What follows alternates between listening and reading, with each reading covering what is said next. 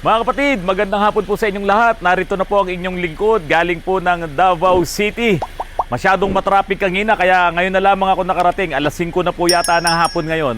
Pero bago ko ituloy-tuloy yung vlog ko po para sa araw na ito, balikan lang natin itong Hyundai Accent po na ito. Ito yung lubog sa baha, na ang pagkakalubog niya talagang natakpan na po itong hood niya. Pero ngayon umaandar na po ito. Sinuwerte nga ito na hindi na naipa-overhaul dahil nga po nung bago namin galawin to, pinaikot muna namin ng sigunyal, umikot naman at ginawa na namin yung tamang procedure. Hindi dapat i-start kasi nga baka may tubig sa loob ng cylinder. So maandar na to. Ang last na sinabi ko dito sa vlog ko, ito ay dadalhin na sa car wash ng kapatid ko sa RRJS. Umalis nga lang ako nung Sabado ng gabi kaya hindi ito nadala dahil pumunta nga po ako ng Davao City. So ito, pagbalik ko ngayong hapon, mayroong masamang balita sa akin si Rudy dahil nga ito po kasi pati yung dashboard nito ay inabot talaga ng tubig baha. Kaya kailangan talagang i-check pati yung kanyang panel gauge at ito na po yung naapektuhan, yung kanyang manibela. Ito po kasi naka-electric power steering. Ngayon malambot pa. Sige, malambot pa. Pero anong nangyayari pagka naitakbo ng konti? Naitakbo ng konti, matigas. Matigas na. O sige nga, itakbo mo nga. Tingnan nga natin. So ngayon malambot pa yan. Sige. Sige, takbo mo. Dito ka, cameraman. Dito ka. Ayan. O, okay pa. Ngayon mga kapatid, malamang ito, tinamaan yung kanyang EPS module, yung Electronic Power Steering Module, na nandoon mismo sa halos sa tapat ng tuhod mo. Yung posisyon ng electronic power steering module po na yon. I-try mo lang na i-try, painitin mo lang ng painitin. Hintayin natin yan mamaya mga kapatid. Kasi yan ang problema sa mga nabaha. Hanggat hindi lumalabas yung mga ibang issues, siyempre hindi mo masasabing goods na yung trabaho natin. Dito pong nakaraang, nakaraang araw, nung Sabado po yata yon, nung i-vlog ko po itong Hyundai Santa Fe na ito, marami nga pong nakitang mga ribaba, tapos yung kanyang mga pyesa doon sa cylinder head, yung kanyang camshaft, talagang kinain no, nung metal to metal, yung friction na yon, kinain yung camshaft, kinain yung camshaft top, pati yung assembly, talagang nagasgas ng husto. At sabi ko nga po, yung mga nagasgas na yon na portion ng bakal, pati ng aluminum, hahalo po yun sa langis. At paghalo nun sa langis, malamang yun din ang naging dahilan kung bakit nga pati yung makina niya ay nagka-problema ng todo. Pati yung kanyang liner, pati yung mga piston ring, nabuksan na nga po namin, at pati yung kanyang piston ay may mga problema, may mga tama po. Ngayon, meron pong isang nag-comment. Ang sabi po ni June V. Alvarez, okay naman yung comment niya pero kailangan ko lang basahin sa inyo para po maipaliwanag ko rin at masagot ko itong kanyang comment. Ang sabi ni June V. Alvarez, Sir Idol, paki-check na lang oil pump. Sigurado yan dahilan, lack of pressure kasi kung ribaba lang, masasala naman ng oil filter. Okay, ang sabi niya, ang naging dahilan daw kung bakit nasira yung camshaft nung Hyundai po na ito, pati yung liner, ay baka daw po yung oil pump, mahina po yung pressure, lack of pressure. So, pwede naman talagang ganun ang mangyari, pero yung kasing mga ganon, makikita mo pagka mahina din ng oil pump, iilaw yung oil indicator sa panel gauge mo kapag mahina yung oil pump. At kapag mahina ang oil pump, may maririnig din kayong kakaibang tunog. Pero ito po kasi, na-top overhaul ito ng ibang mekaniko bago dinala dito sa amin. Hindi ko nga lang na-interview yung asawa ni Sir at talagang siya nga po ay stress na dito sa sasakyan dahil nga pabalik-balik doon sa huling mekaniko na gumawa, hindi naman po naayos-ayos. Paano mo nga maayos?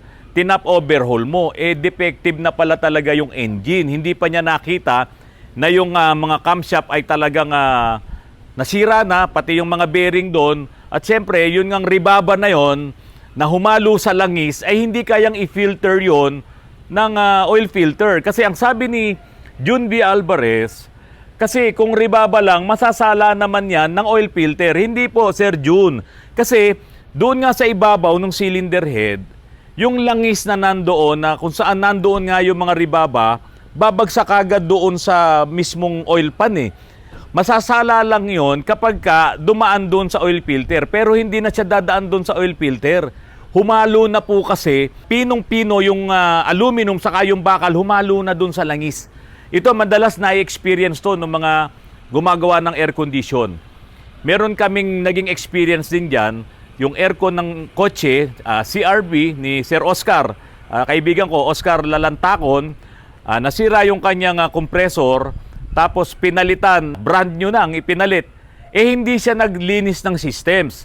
Kasi yung pinagpalitan na surplus, yung tinanggal, talagang nasira yung loob ng compressor at yung mga na durog na part ng aluminum na talagang parang mga glitters na lang siya, humalo yun doon sa oil nung compressor. Pero pa yung pre-yun kasi may oil naman talaga yung mga compressor na yan, yung kapilya oil. So humalo doon, kaya nung tinanggal yung compressor, kitang-kita namin na yung kanyang oil ay parang glitters, no? May halong glitters yung kanyang oil na yun nga yung rebaba na galing doon sa compressor. Kaso, nung pinalitan ng brand new na compressor, hindi siya naglinis ng system. Dapat kasi yung binobomba talaga yun ng nitrogen, yung iba binobomba yun ng refrigerant para talagang matanggal yung mga rebaba na yun na nandoon sa evaporator, nandoon sa condenser at nandoon sa linya. Kaya po ako, pagka ganyan ang issue sa mga air condition na talagang nadurog yung compressor at pagka tinanggal yung compressor, makikita mo talaga yung oil niya na lumalabas ay may mga glitters na parang silver, hindi na po kami pumapayag na hindi palitan ng evaporator at hindi palitan ng condenser. Kasi hindi mo rin talaga matatanggal lahat ng todo yung mga rebaba na yon na humalo na doon sa loob ng condenser na dala-dala ng lumang langis. So ngayon, ito, ganun din ang nangyari. Kaya po yun, nung pinalitan ng bagong kompresor, hindi pa tumagal ng 1 linggo, nasira na naman yung kompresor. Alam nyo ba, yung kompresor po ng aircon, para din yung makina, may mga pistons din po yan na nagpapalit-palit, bumobomba. Kaya nga yung kompresor, bomba din po yan, no? Pump din yan. Pero, yun nga, nasira din kagad yung bagong kompresor na ipinalit. So ngayon, ang nangyari doon, nung inayos ko na yon, nagpalit ako ng evaporator, nagpalit ako ng condenser, tapos ang binomba ko lang talaga ng nitrogen doon, yung linya niya. Ngayon, ano kinalaman niyan dito sa Hyundai Santa Fe? Yun nga po, kahit yung aircon, meron din yung filter. Pero hindi na yon nakuha ng filter, yung mga dumi na yon na humahalo doon sa langis, doon sa refrigerant. May filter din po yung aircon, filter dryer. So itong mga makina natin, may filter din yan, oil filter, pero hindi niya na matatanggal yung mga sobrang pino na rebaba na yon na humalo dun sa langis. Ngayon ito pa, para maniwala sa akin si Sir Jun B. Alvarez, totoo ba yung sinasabi ko? Ito po yung issue ng Toyota. Ito pong Toyota na noong 2022 hanggang 2024 model, ito po yung mga V6 engine, 3.4 liter V6 engine.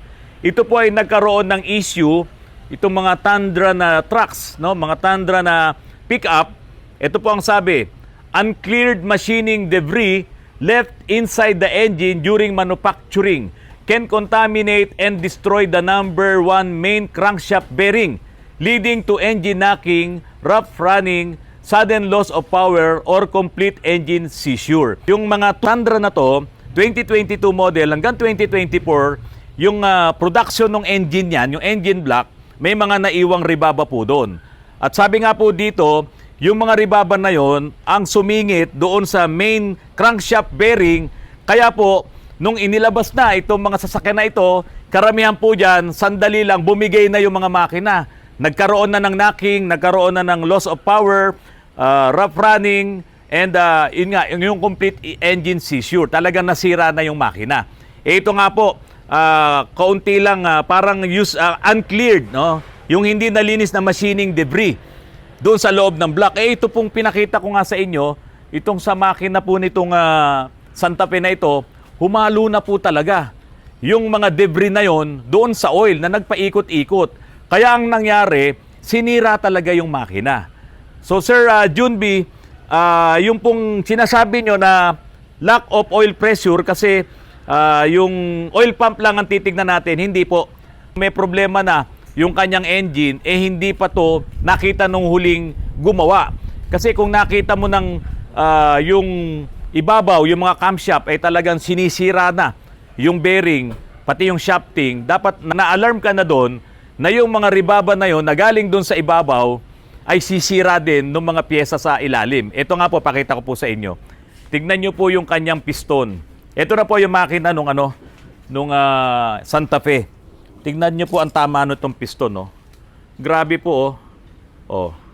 Hindi po yan ordinaryong tama, ha? Ayan, oh, tignan nyo, oh. Oh, grabe yan. Oh. Oh, ito pa yung isa. Tignan nyo po ang tama, oh.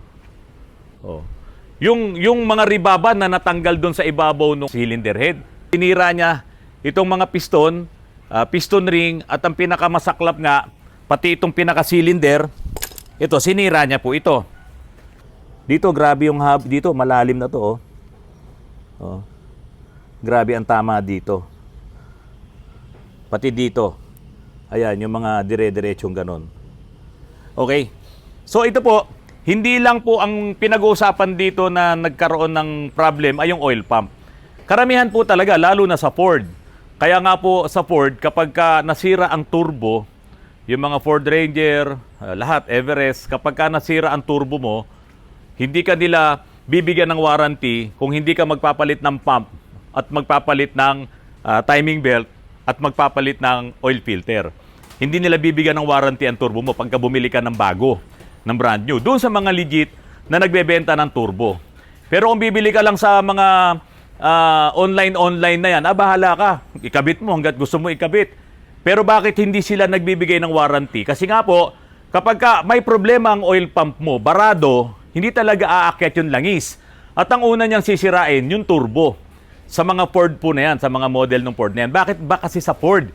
Karamihan po kasi dyan, lalong-lalo na yung ang timing belt ay nakababad sa langis, nadudurog yun, napapowder yung timing belt na yon at tumahalo yun doon sa langis. Pagdaan ngayon doon sa oil pump, binabarahan din niya yung oil pump. Nagkakaroon ngayon ng issue yung oil pump na humihina ngayon yung bomba niya. Kaya pagpunta pa nun sa oil filter, mahaharang naman doon yung kanyang mga nadudurog na portion ng timing belt, yung ribaba nun, yung napupulbos, babarahan naman din niya ngayon yung oil filter. Kaya ang mangyayari, humihina talaga yung bomba ng langis. Kaya sa mga Ford, yan naman ang issue, yan ang problema. Pero itong pinakita ko sa inyo, hindi po ito Ford. Hyundai Santa Fe po ito. Ito po ay naka-timing chain. So wala itong timing belt. Sana kung nung umpisa pa lang nakita to nung unang mekaniko na talagang nadudurog na yung camshaft nyo sa tindi ng metal to metal friction, baka hindi nadamay yung makina. Pero wala na tayong magagawa, wala na tayong masisisi. Oh, ano nangyari sa test drive mo? Minsan sir na Ha? natigas tapos nalambot. Parang lumalaban-laban? Lumalaban. Oo. Kasi kahapon nung inano namin, bigla talaga Tumigas ng todo, yung lumalaban. Oo, tumigas ng todo. Siguro ganito, ipwesto mo muna dyan, tanggalin nyo yung yung module. Madali naman dukutin yan yung module nung power steering. Baka kasi may tubig pa kasi lumubog yan sa baha Oo. Kaya mas maganda, bago natin gamitin ng gusto at dalhin dun sa carwash, tanggalin nyo muna yung module. Oo, kasi baka tuluyang masira. Baka tuluyang masira. O sige, parada mo na ulit doon. Yeah, mga kapatid, dito kami sa Davao. Pagkatapos sumamba, wala kaming sasakyan. Kaya kami ay ano ba to? Jeep ba to? Jeep. Tawag ba dito? Jeep. Ang jeep dito yung mga Suzuki. Jeepney.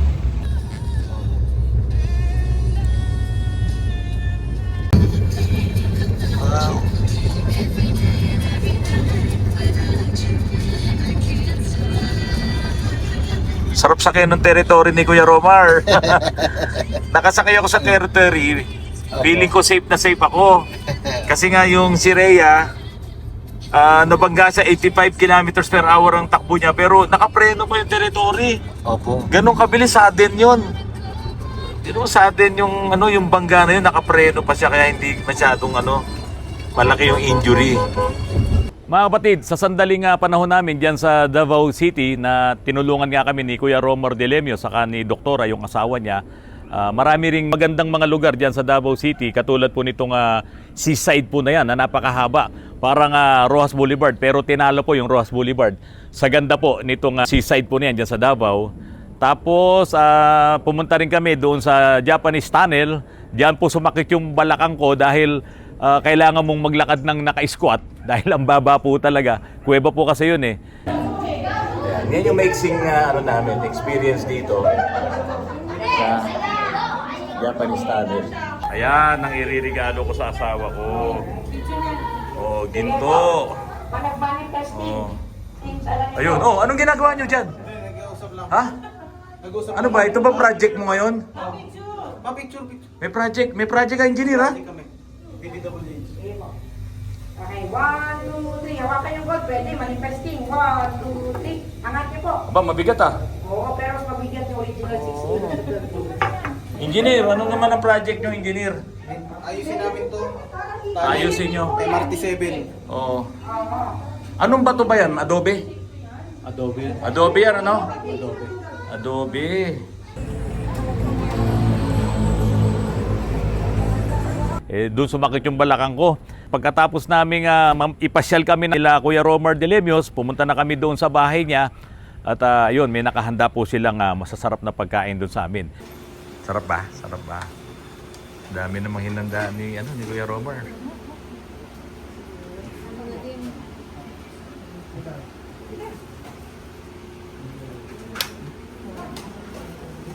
Maraming salamat po Kuya Romar Delemios saka si Doktora sa talagang matinding paghahanda nyo po sa amin. No? Pinaghanda nyo po pala kami ng masasarap na pagkain, lechon, sugpo, alimango, may kambing, may tuna na panganang tuna na inihaw, ang dami pa po, iba't ibang mga putahe ang hinanda sa amin, pati yung dessert, pati yung buko na fresh na pinainom sa amin.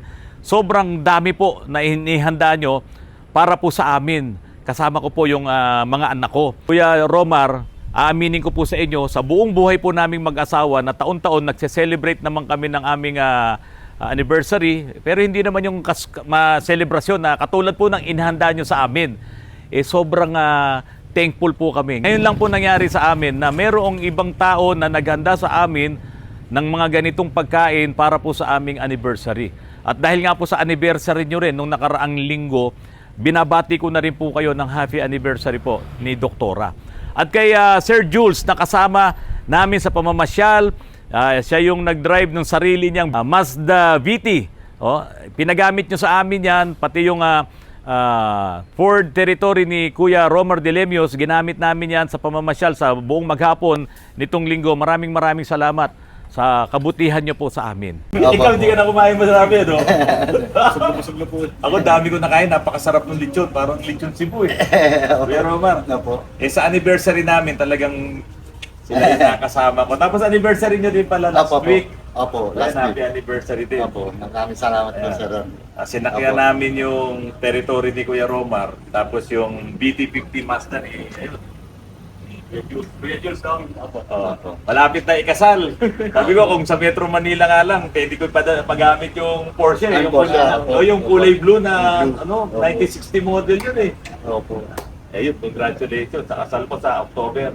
Opo. Pag may awa ang Diyos, baka makapunta kami. Opo. Ayun, maraming salamat, Kuya. Opo. Kuya Romar. Thank you so much po. Maraming salamat po sir. Thank you po.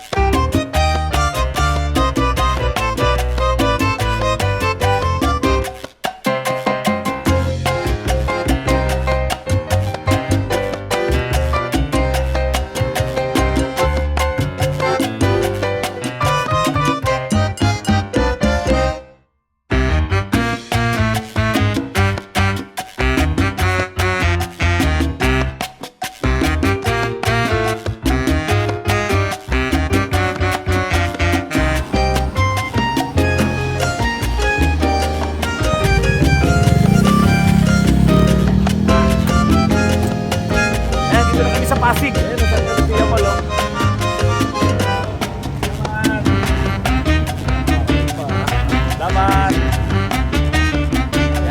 kain mo tayo. Bakit na pauwi? Kain mo tayo. Mga kapatid, ako po'y nagpapasalamat din sa inyo.